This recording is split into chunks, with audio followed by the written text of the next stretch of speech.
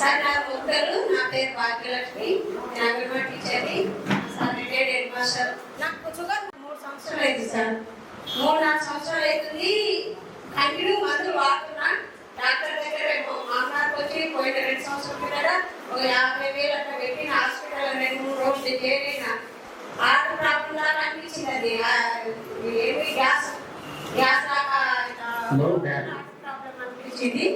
అయినా అది షుగర్ అని చెప్పేసి సార్ వాటర్ కాసారు షుగరే మందులు వాడని టాబ్లెట్ కంటిన్యూ వాడుతుంది సార్. నేను రాత్రి పగలు.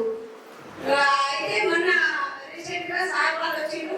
నాకు అంతకు ముందే ఒక నెల కిందట 480 ఉంది సార్ షుగర్. బాగా బాగా వండుతున్నా. ఇక నడవడానికి శక్తి అయితే లేదు. డాక్టర్ దగ్గర కార్డు తీసుకొచ్చింది సార్. నాకు మా అల్లుడు మా సారు కార్డు తీసుకొస్తే షుగర్ ఇంతకాలం ఉంది కదా మీకు, ఎందుకు ఏం తిన్నావు అని అన్నాడు. అని టాబ్లెట్ రాసి ఇచ్చిండు. ఉదయం రాత్రికి వేసుకొని సరిపోతా తగ్గుతుందని చెప్పి సార్ 3 వరకు వచ్చి అట్లే ఉంది. అయినా సార్ వాళ్ళు పరిచయమై నాకు వేయడం వల్ల నాకు అది వాడుతున్నా. ఉదయం రాత్రికి టాబ్లెట్ వేసుకుంటాను వ్యాపోయి షుగర్ ఇప్పుడు 135 ఉంది సార్. అంతే మా మొత్తానికి